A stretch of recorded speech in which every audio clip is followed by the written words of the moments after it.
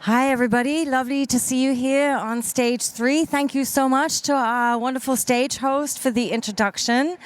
And for those of you who don't yet know her, I'd like to say a couple more things about Stella. So excited to have you here at Republica. Thanks so much for joining us this year.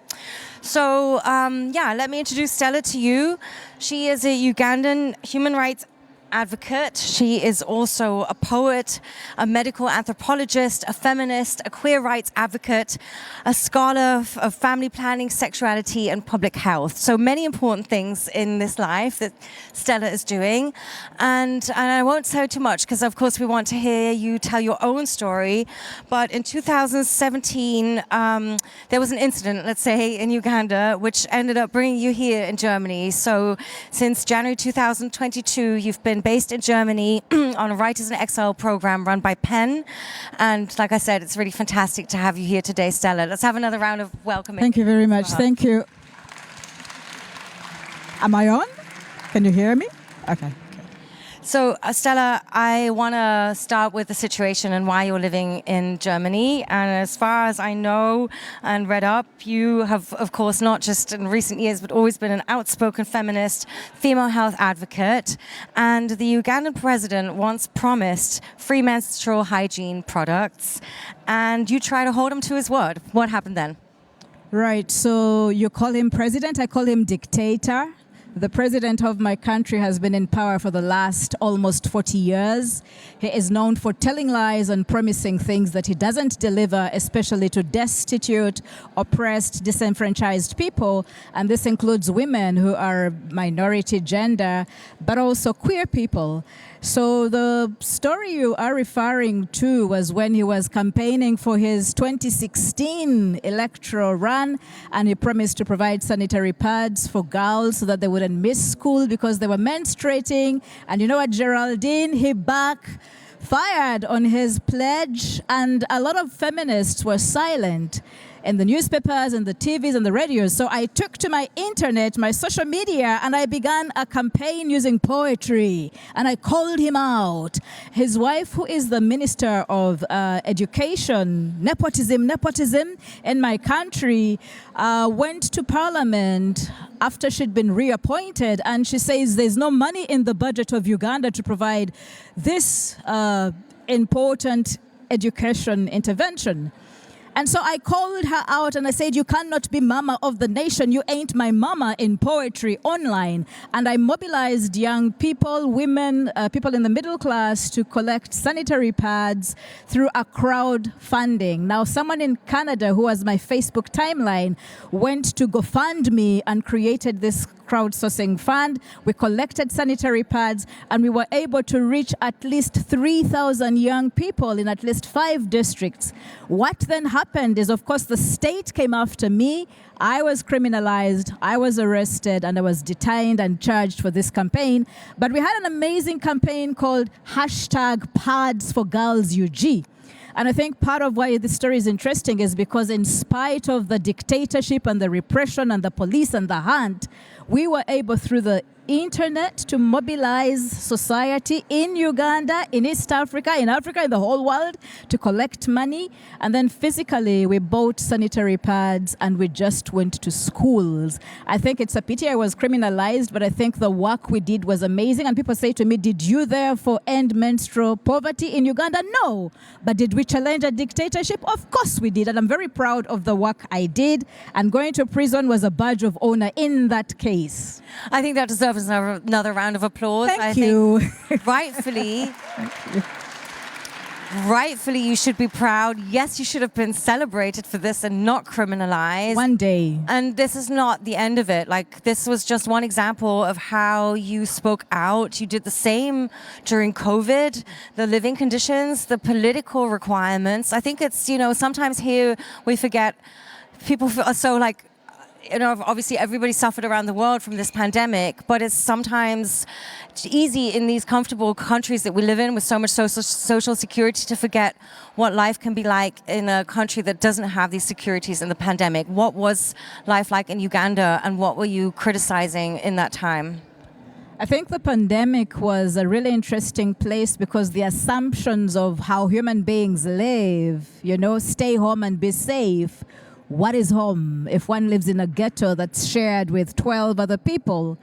What does social distance mean when one lives in a small 2-bedroom house where there are 20 people? What does safety mean in that regard?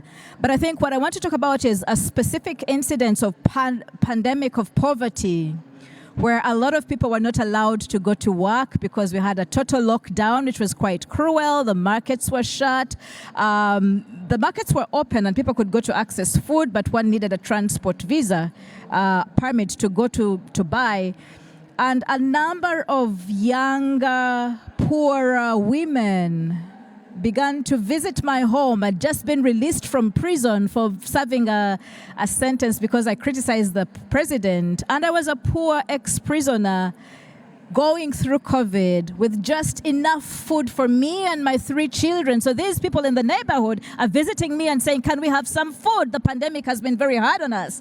And I thought the hunger pandemic is going to be much worse than the COVID-19 pandemic. So again, I went to Facebook and I said, I only have enough food for myself. But Ugandan women and our children, we want food. The government had collected a lot of aid, a lot of food from all these bilateral, multilateral organizations, but the food wasn't reaching the poor and especially the urban poor people. And so I say to them, bring your pots and pans. Don't come to me, I'm not the government. Bring your pots and pans and let's go to Parliament to petition the Parliament for food. So I got all the pots and pans from my own kitchen. We began a petition against the government and I put the call online and alerted the government that although it was a lockdown, we are coming with our pots and pans. We want food. I think the food promises, the packages to pregnant women and breastfeeding women were not reaching because they were being delivered slowly by the military. So militarization of food aid made it didn't reach those who didn't want to be reached by the military and the police. And so my campaign, of course, we had pots and pans. It was online. And the beauty of it is that journalists came along with us and they watched the police and the military descending upon me. And it was quite brutal, the arrest. But I think having journalists and having online citizen journalists at the venue of arrest spoke much louder than any campaign would have around the poverty and hunger that poorer women were facing during the pandemic. I had several other campaigns using hashtags, open the arcades, because people who are working in the city had their arcades closed while the people working in the malls were open. I had protests around justice for students who were murdered because they were found walking during curfew time. But I want to say that the differences between the Western experience of COVID, because I came in 2022 when the lockdown was slowly beginning to open in Germany, the experiences here and the experiences there speak about 2 worlds here. Okay, there's a lot in there already. I want to understand a bit better about the social media landscape in Uganda, because you mentioned the power of online citizen journalists being present, the power of the hashtag in your campaigns. You mentioned Facebook. I want to also get to the fact that we, of course, spend a lot of time criticizing these platforms here in a minute, but maybe you can let us in a bit more what the current social media landscape in Uganda is like and what is the power of the hashtag? Right, so hashtags are really important, both for those of us who are dissident. I am a political dissident. I'm a government critic. They're very important because the space for civil society and other civil disobedience acts has really collapsed. Protests on the streets, civil society organization are being clamped down quite repressively by the police state in Uganda. And so we turn to social media. You want to know the sort of landscape. A lot of the software and platforms we use, of course, come from either the West, so the Mark Zuckerbergs, but also China, the TikTok sort of thing. And then we have some homegrown apps that people are using. I want to say that because of the digital divide between urban and rural, between the classes, between the genders, that there is inequality in terms of access to the internet. And then the repressive Ugandan state has brought so many new laws using things such as our parliament, which is state majority. It's the regime in power majority. And we have laws such as the Computer Misuse Act and its amendment, which try to also constrict space on the internet Okay, so in Uganda. this Computer Misuse Act, it's a quite, let's go into that a little bit, because it's quite a, I think, interesting thing to understand better in our context here. Is, I think it was updated in 2022 also quite recently. Yes. Yeah, so correct me on anything here, but like proposing jail terms of up to 7 years in some cases, including offenses related to the transmission of information of people without their consent, or sharing, intercepting information without authorization. So things that can easily become gray areas on the internet that we live in today, right? Maybe can you help me understand a bit what effects this kind of act has on people's communication? Right. So very quickly, I'll say that, yes, we have these terrible laws in my country, and the Computer Misuse Act is one of them. And I will come into that very quickly. But I also want to say that, surprisingly for me, I found the same repression in Bavaria. If you want to talk about it, this law that criminalizes photographs, taking of photographs and without consent, is alive and well in Munich. And I could tell you a story that happened 2 weeks ago where my phone was taken away from me. I can't listen into this conversation because the police in Bavaria, in Germany, in 2024, criminalized my taking of a photo of racist homophobes attacking a Ugandan asylum seeker using that law that you have in your country, which is a replica of the law that we have back home in Uganda. So I turn to the Ugandan law. We have a dictatorship that more and more is repressive and wants to take away voice from dissidents. So while it is okay to take photographs that praise the regime for its progress and development, if there's any, in the same measure, it is now criminalized to take evidence such as electro-violence that is happening by the state, such as police brutality, to photograph that without consent from a state perpetrator of a violator of human rights is criminalized. In the same breath, I want to say that the repressive state has total control. And so we have things like the internet shut down, which happened in Uganda. I mean, the previous session had an amazing professor talking about the same, a global picture.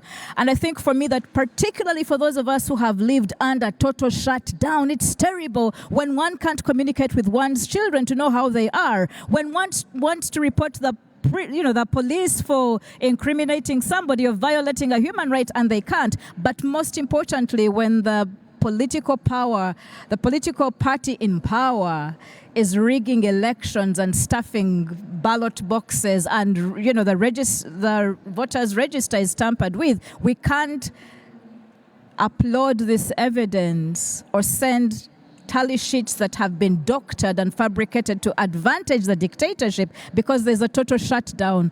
I want to also say very quickly that in the case of resistance against the law, a number of petitions were sent to our constitutional court to ask about the constitutionality of this law. Is it constitutional to take away from the press, but also from individuals and dissidents, freedom of press, freedom of expression, academic freedom, etc.? And this year, our constitutional court gave us an answer which nullified some of those restrictions, such as the offensive communication clause, under which I was arrested twice, charged twice, imprisoned twice, convicted once to 18 months, simply because I wrote a birthday poem to the president of Uganda. So that law is alive and well. Some people have said those repressive laws are never enforced. But actually, in our next 15 minutes, I want to say that law is alive and well. It is active. It is enforced. I am one of the people who are victimized, Geraldine. I was arrested because I wrote a birthday poem to President Dictator Yoweri Museveni on his birthday. It was a naughty poem because I'm a poet. And under that law, I was found guilty and sentenced to 18 months in prison. But why? I think that dissidents and critics and rude women such as myself must also be protected within the freedoms that our Constitution gives us. So it's a bad law. I think that just as I'm planning to challenge the law in Bavaria, the law back home under the dictatorship should be challenged. Great. Let's get back to Bavaria in just a minute. Sure. Absolutely. More applause. Very called for. Let's stick with the Ugandan legal system for a second, because Let's go to Uganda, yes. Computer Misuse Act is not the only atrocious piece of legislation you have. Another atrocious piece of legislation is the anti-homosexuality bill. I was thinking in preparation of our interview that what feels like now a really long time ago, I think it was back in 2009. I think it was my first talk at Republica, actually, in 2009. I was speaking about this because I wrote an article for a magazine called Die Blätter on the blogosphere in Africa, and then looking at different sub-Saharan African countries' blogospheres. And in Uganda, already back then, there was very harsh anti-homosexuality law, but also vibes, let's say. The most read blog at that time was an anonymous blog by a homosexual man writing about his feelings, his sexuality, his life, basically. And it was such a, obviously the need for expression of humans is there. And I would love to learn from you, like this was 2009. What has this bill done? Have these kind of voices been stifled even more? Can social media be still used for this kind of dissident expression in Uganda? What is that like now? Right, so the blog you talk about was called Gay Uganda. And a young medical doctor was talking about his life as a gay man. It was, there was erotica, there was politics, there was the everyday sort of discussion. And I think for a country that is very homophobic and conservative, this was one of the most amazing free spaces where queer sexualities could be expressed, and the comments he used to get were amazing. Sadly, because of the Anti-Homosexuality Act, which was first passed in 2014 and then repealed, and then it was brought back in 2023, and now it is a law. We have the criminalization of same-sex sexualities, but we also have the criminalization of knowledge creation and information gathering, storage, and passing on.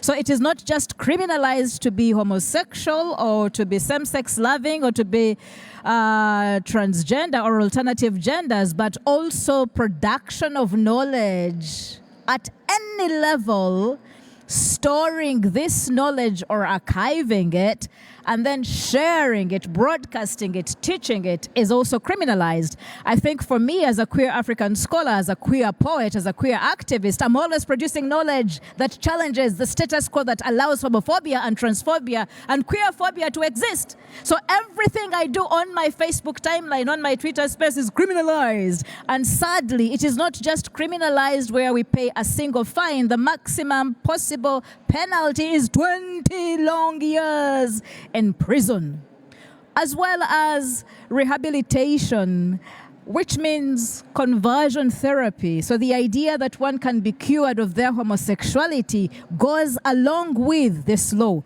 And I think for me that, yes, people are really outraged by the death penalty that goes to crimes such as the aggravated homosexuality in that law. But for those of us who use information to address homophobia, to speak truth to power, we must be very, very worried when countries that are, whether they are in Africa or in Hungary and Poland and all those new anti-gender, anti-queer movements in the West, we have to be able to rise up and challenge and be dissident. So you say to me, what is it like to be active on these spaces? I think that we have to rebel in spite of the criminalization. We have been criminalized. We must get into this space using the internet. And I mean, sadly, there we can go right back to Germany and some of, thankfully not on a federal level, but in some states, not allowing gendered language in schools, and that sadly being too close to home than one would wish for. Okay, with so much still left to talk about.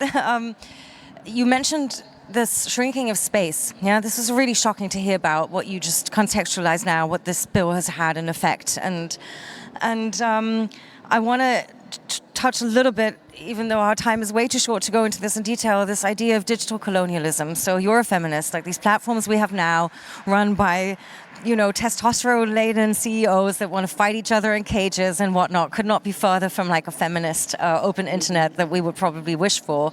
But how does that play out? Like, how does that play out on social media perception in Uganda? You mentioned it really briefly in one of your answers earlier. And what would kind of be your ask or your look or your wish for alternatives looking at these platforms? Right. So I think that the internet, the social media platforms, the World Wide Web is a very politicized space. It's a space where power is at play. And I want to say that for women, for minorities, for poor people, for the illiterate, for those without resources, we have to organize and infiltrate the space for ourselves and on our terms. Unfortunately, it's very hierarchical the way things are. And I think that part of the dissidence that I do is to try and get more people who are on the margins or way away from having access to be able to use these tools. Of course, first of all, just being IT literate helps.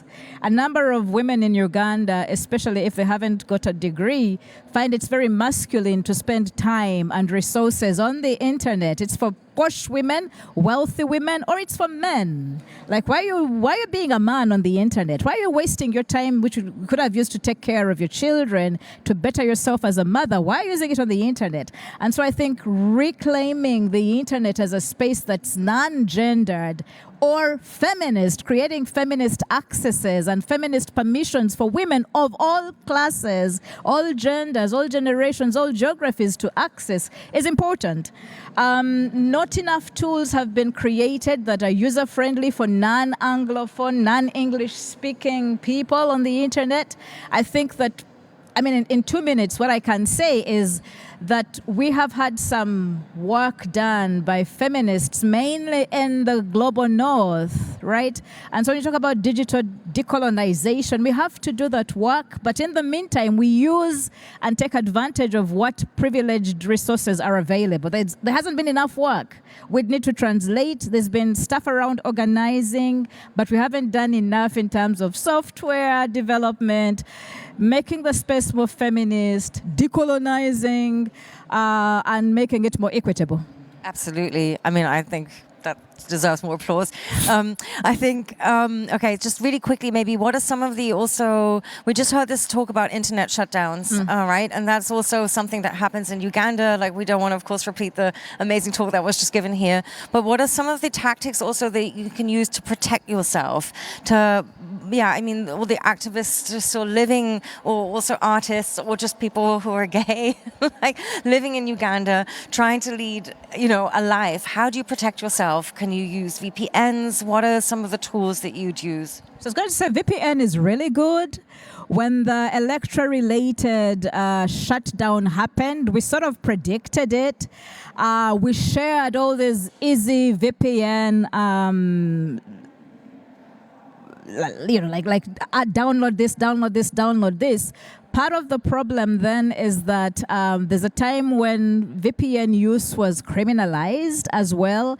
And when we were arrested as dissidents or street protesters, the first thing we had to do was to lose our VPN, okay? You say, what is happening? I think more and more we are buying SIM cards that are registered in other countries. So there'll be issues around class and access, but around the borders, I have dissident friends whose duty it is to buy SIM cards very cheaply, register them in whatever names, and sort of guerrilla rebellion around digital access. And then there's been thinking around Chrome accesses like Ubuntu and that don't necessarily need, I don't know how they bypass the state freezes, but I've seen people who use alternative ways to access the internet when it's been shut down, and they're not using VPN. So like I'm not community sure. wireless networks that might still be operating in their community, and Yeah. or other maybe satellite-based connection points. Satellite-based, yeah, maybe that's what Yeah. it's called. Okay, well, we won't go into the technicalities of that now. I'm not technical. I'm sorry, I'm going to squeeze in one quick message, Stella, because I was going to say that it would have been a great opportunity to give a handful of, of SIM cards to people coming from Uganda to take back for people there. But unfortunately, the German embassy decided not to give a single person who was going to come from Uganda to Republica to the German embassy, which is a complete affrontage, and we're extremely upset about. So unfortunately, we won't be able to do that. But I would like to open for any questions for the audience before we run out of time. Maybe save one last one for me. Please go ahead. And we'll put on the headphones quickly so we can hear you.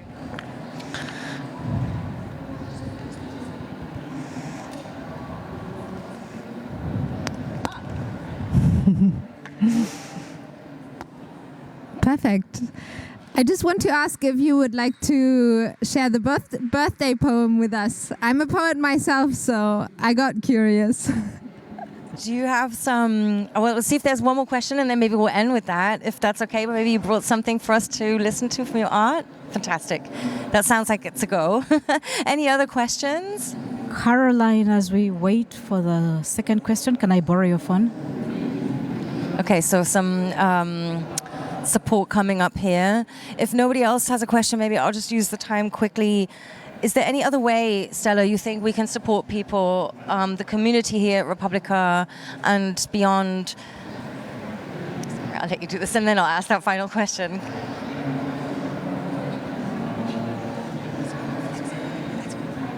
Stephen made all this. Let's give Stephen also applause because he suggested for Stella to come. So it's really great that she's here. Thank you, Stephen.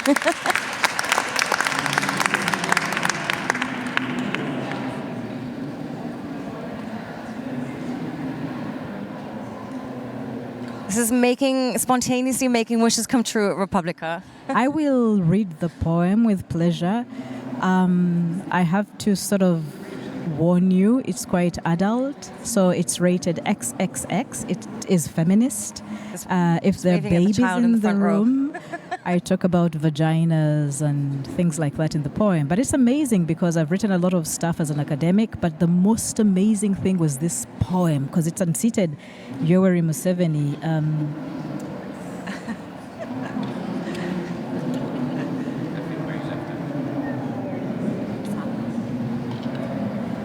Alternatively, I can send you to my collection of poems because Oh, you want me to read? Okay. We want both, I think.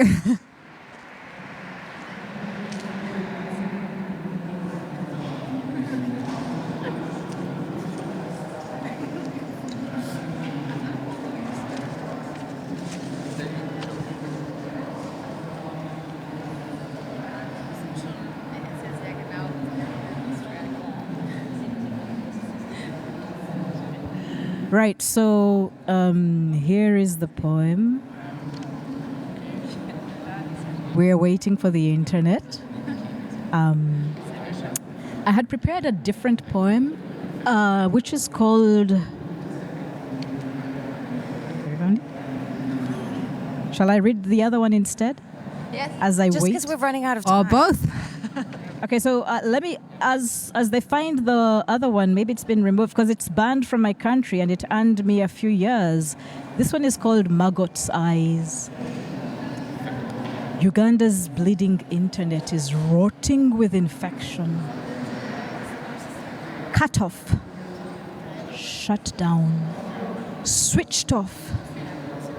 Uganda's wounded internet limps this way and that way. Fattened maggots of state repression wiggles violently in the festering wound. The maggots' big eyes read our every critical word, monitor our dissident organizing, watch our every video, surveil us like open traps, watching to catch us when we strike. Ugly, suffocating laws choke us on the internet. I'm a Ugandan imprisoned twice for cyber crimes, simply for my dissidents online. I know we don't have enough time. I will give you my poem personally when we end. And I want to thank you very much, Geraldine, for being a wonderful interviewer. I want to thank the crew at Rogue Agency for introducing me to Republica. And I want to thank you all for being a marvelous audience. Thank you very much. Thank you, Stella, for being here and for being such a fantastic human. Thank you.